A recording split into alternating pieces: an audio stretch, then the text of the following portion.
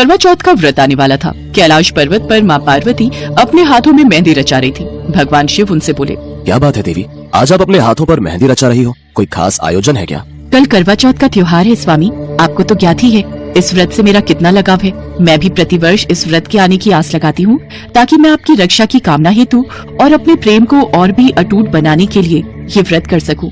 देवी, आप तो मेरी शक्ति हैं। आपके और मेरे प्रेम का तो जन्मों जन्मों का संबंध है। आपकी भक्ति मेरे हृदय को छू जाती है। देवी, आपकी भक्ति प्रेरणादायक है, जो पृथ्वी पर प्रत्येक सुहागिन स्त्री का अपने पति के लिए प्रेम और समर्पण का प्रतीक है। स्वामी, मैं चाहती हूँ इस बार मैं इस व्रत को पृथ्वी लोक पर करूँ। मेरी बहुत इच्छा है कि मैं भी मनुष्य रूप में सभी स्त्रियों के साथ इस व्रत की पूजा करूँ। जैसी आपकी इच्छा देवी पार्वती।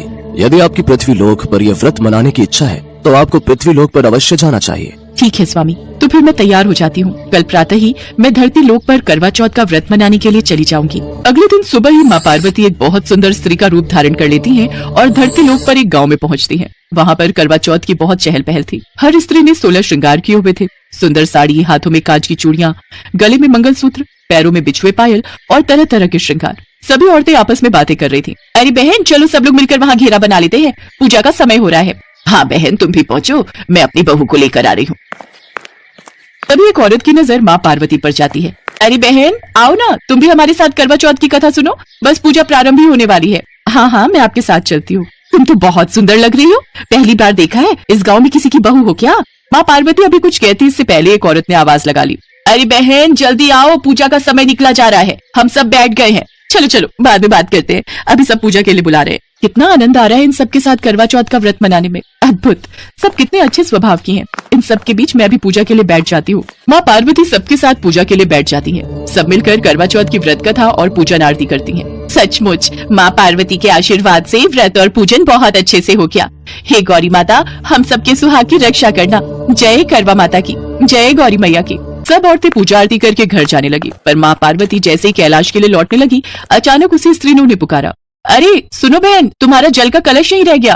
अरे मैं भूल गई, मैं अभी उठा लेती हूँ। हमारी बात बीच में अधूरी रह गई। तुम्हें इस गांव में पहली बार देख रही हूँ। तुम्हारा घर कहाँ है? मैं इस गांव में नई आई हूँ, कुछ दिन पहले ही यहाँ रहना शुरू किया है। मेरे पति जरूरी काम से शहर गए हुए हैं, कुछ दिन बाद लौटेंगे। मैं उन्हीं के लिए ये व्रत कर रही हूँ। अच्छा, तो तुम नई आई हो गांव में। एक काम करो, तुम हमारे घर चलो। मैंने पूरी पकवान बनाए हैं, हम सब मिलकर खाएंगे। बस कुछ ही देर में चंद्रमा भी निकलने वाला है। घर पर तो तुम अकेले उदास हो जाओगी। ठीक है, चलो मेरे घर चलो।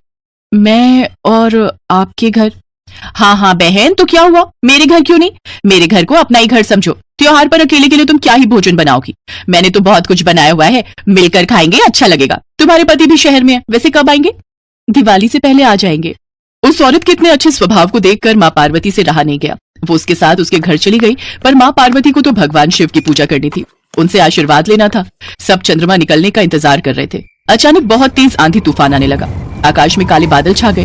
अरे सुशीला बहन, अब चंद्रमा कैसे पूजेंगे? आकाश में तो कुछ भी नजर ही नहीं आ रहा। अंधेरी और तूफान से चंद्रमा बादलों में छुप गया है। बिना चंद्रमा के दर्शन के हम व्रत कैसे खोलेंगे?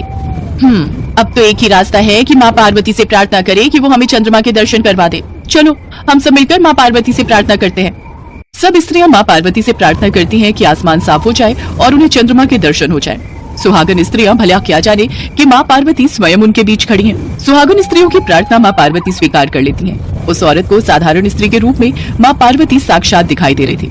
अचानक ही माँ पार्वती अंतर्ध्यान हो जाती हैं। आंधी तूफान रुक जाता है, मानो कुछ हुआ ही ना हो। आसमान साफ हो जाता है और सब स्त्रियों को चंद्रमा के दर्शन होते हैं। तभी वो औरत बोली, माँ पार्वती, ये सब आपका चमत्कार है। मैं जिस स्त्री से बात कर रही थी वो तो साक्षात माँ पार्वती थी। इसका मतलब मेरे घर में माँ पार्वती के चरण पड़े थे। हे मैया, आपने तो मेरे भाग्य ही खोल दिए। आपकी जय हो माँ, आप हमारे साथ करवा चौथ मनाने के लिए धरती पर आई। हाँ बहन, वो जो बहन 16 श्रृंगार किए हुए थी वो वास्तव में माँ पार्वती थी। आज उनके चमत्कार से ये आंधी तूफान रुक गया और हमें चंद्रमा के दर्शन हुए। चलो हम सब मिलकर माँ पार्वती को धन्यवाद कहते हैं। ये तो हम सबका सौभाग्य है कि माँ पार्वती ने हम सबके साथ मिलकर करवा चौथ का व्रत और पूजन किया। उधर माँ पार्वती भी कैलाश पर्वत पर भगवान शिव की पूजा करती हैं और उनके हाथों से जल और भोजन ग्रहण करके अपने करवा चौथ के व्रत को पूर्ण करती हैं। भारत देश त्योहारों का देश है। यहाँ भिन्न भिन्न प्रकार के उत्सव मनाए जाते हैं, जिनकी अपनी ही प्रथा और अपनी ही संस्कृति है। त्योहार मनुष्य के जीवन की उदासी में खुशियों के रंग भर देते हैं और नारी तो जहाँ भी अपने चरण रख दे वहाँ हरियाली ही हरियाली हो जाती है। ऐसा ही हरियाली बिखेरता महिलाओं का उत्सव है हरियाली तीज। हरियाली तीज सावन का प्रमुख त्योहार है जो श्रावण मास के शुक्ल पक्ष की तृतीया तिथि को मनाया जाता है। इस दिन सुहागिन महिलाएं पति की लंबी उम्र के लिए निर्जला व्रत रखती हैं, तो वहीं कुमारी लड़कियां मनोवांछित वर की प्राप्ति के लिए वर रखती हैं। मान्यता है कि हरियाली तीज के दिन भगवान शिव ने देवी पार्वती को पत्नी के रूप में स्वीकार करने का वरदान दिया था। इसी दिन को हरियाली तीज के रूप में मनाया जाता है। इस दिन स्त्रियां माता पार्वती और भगवान शिव जी की पूजा करती हैं। हरियाली तीज और व्रत से जुड़ी एक पौराणिक कथा के अनुसार माता पार्वती ने पर्वतराज हिमालय के घर जन्म लिया। माता पार्वती ने भगवान शिव को पति रूप में पाने के लिए गंगा के तट पर 12 वर्षों तक बिना किसी मौसम की परवाह किए घोर तप किया था। एक दिन देवी पार्वती की तपस्या को देखकर नारद जी महाराज हिमालय के महल में पधारे। नारायण नारायण। प्रणाम देवर्षि नारद, आपका स्वागत है। कहिए, मैं आपकी क्या सेवा कर सकता हूँ? गिरिराज, मैं भगवान विष्णु के भेजने पर यहाँ उपस्थित हुआ हूँ। आपकी कन्या पार्वती ने बड़ा कठोर तप किया है। इससे प्रसन्न होकर वे आपकी सुपुत्री से विवाह करना चाहते हैं। इस संदर्भ में मैं आपकी राय जानना चाहता हूँ। देवर्षि नारद, आपने तो ये प्रस्ताव सुनाकर मेरी समस्त चिंताएं ही दूर कर दी। यदि स्वयं विष्णु मेरी कन्या का वरण करना चाहते हैं तो भला मुझे क्या आपत्ति हो सकती है? वे तो साक्षात ब्रह्म हैं। हे महर्षि, ये तो हर पिता की इच्छा होती है कि उसकी सुपुत्री सब सुखों को प्राप्त करे। पिता की सार्थकता इसी में है कि पति के घर जाकर उसकी पुत्री पिता के घर से अधिक सुखी रहे। पर्वतराज हिमालय की स्वीकृति पाकर नारद जी विष्णु जी के पास गए और उनसे विवाह के निश्चित होने का समाचार सुनाया। मगर इस विवाह संबंध की बात जब पार्वती के कानों में पड़ी तो उनके दुख का ठिकाना न रहा। क्या हुआ पार्वती? विष्णु भगवान से विवाह के बारे में सुनकर तुम दुखी क्यों हो गई? सखी, मैंने सच्चे हृदय से भगवान भोलेनाथ का वरण किया है, किंतु मेरे पिता ने मेरा विवाह विष्णु जी से निश्चित कर दिया। मैं विचित्र धर्म संकट में हूँ, अब क्या करूँ? प्राण छोड़ देने के अतिरिक्त अब कोई भी उपाय शेष नहीं बचा है। नहीं पार्वती, ऐसी अशुभ बातें मुख से नहीं निकालते। संकट के समय हमें धैर्य से काम लेना चाहिए। नारी के जीवन की सार्थकता इसी में है कि पति रूप में हृदय से जिसे एक बार स्वीकार कर लिया, जीवन पर्यंत उसी से निर्वाह करे। सच्ची आस्था और एक निष्ठा के समक्ष तो ईश्वर को भी समर्पण करना पड़ता है। मैं तुम्हें घनघोर जंगल में ले चलती हूँ, जो साधना स्थली भी हो, और जहाँ तुम्हारे पिता तुम्हें खोज भी न पाए, वहाँ तुम साधना में लीन हो जाना। मुझे विश्वास है कि ईश्वर अवश्य ही तुम्हारी सहायता करेंगे। अपनी सखी की बात सुनकर देवी पार्वती ने ऐसा ही किया। अपनी पुत्री को घर पर न पाकर पर्वतराज हिमालय बहुत चिंतित हो गए। मेरी पुत्री न जाने कहाँ चली गई है। मैं विष्णु जी से उसका विवाह करने का प्रण कर चुका हूँ। यदि भगवान विष्णु बारात लेकर आ गए और कन्या घर पर न हुई तो बड़ा अपमान होगा। मैं तो कहीं मुंह दिखाने के योग्य भी नहीं रहूंगा। मुझे पार्वती को खोजना ही होगा। पर्वतराज हिमालय ने पार्वती की खोज करनी शुरू कर दी। इधर पार्वती अपनी सखी के साथ नदी के तट पर एक गुफा में भगवान शिव की आराधना में लीन थी। भाद्रपद शुक्ल तृतीया को हस्त नक्षत्र था। उस दिन माता पार्वती ने रेत के शिवलिंग का निर्माण करके व्रत किया। रात भर वो भगवान शिव की स्तुति करती रही। ओम नमः शिवाय, ओम नमः शिवाय, ओम नमः शिवाय। देवी पार्वती की घोर तपस्या के प्रभाव से भगवान शिव का आसन डोलने लगा। उनकी समाधि टूट गई और वो देवी पार्वती के समक्ष प्रकट हुए। देवी पार्वती, मैं तुम्हारी तपस्या से प्रसन्न हूँ। तुम जो चाहो वर मांगो।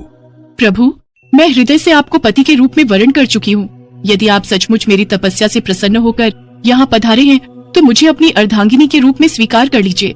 देवी पार्वती, क्या तुम मेरे साथ खुश रह पाओगी? मैंने बचपन से ही आपको अपना पति मान लिया था। मैं जानती हूँ आपको पति रूप में पाकर, आपकी अर्धांगिनी बनकर मुझे सर्व सुखों की और सौभाग्य की प्राप्ति होगी। कृपया करके मुझे अपनी पत्नी के रूप में स्वीकार कर लीजिए प्रभु। देवी पार्वती के प्रेम, विश्वास और तपस्या की जीत होती है और भगवान शिव उन्हें मनोवांछित वर देकर अंतर्ध्यान हो जाते हैं। उसी समय अपने दरबारियों सहित गिरिराज हिमालय देवी पार्वती को खोजते खोजते वहाँ आ पहुँचते हैं।